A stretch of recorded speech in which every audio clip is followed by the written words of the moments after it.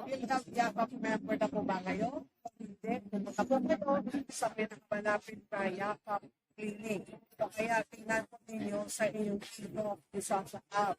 Ngayon, ano po ba ang kagandahan kapag kayo isang PhilHealth Yakap member? Dahil po, libre po ang check-up, libreng gamot. Ito sa itong taon 2026, meron po kayong libreng worth 20,000 na po. And then, may libreng laboratory test, may libreng cancer screening test. At ang sala, bakit nakaroon ng PhilHealth Yakap? Dahil ang nais ng PhilHealth, na lahat pa tayo habang maaga pa, prevent ang sakit. Kung sakali, kung sinabi nila kailangan po ninyong magpa-urinalysis, nakikita po sa ilig kung ano ang problema. O kaya sa dugo, sa CBC, naagapan. At kung sakali may nakita, magbibigyan ang doktor ng libre konsultasyon, libre gamot. Ano pa ginagawa po ninyo? Pagpa-register na po kayo sa YAPA.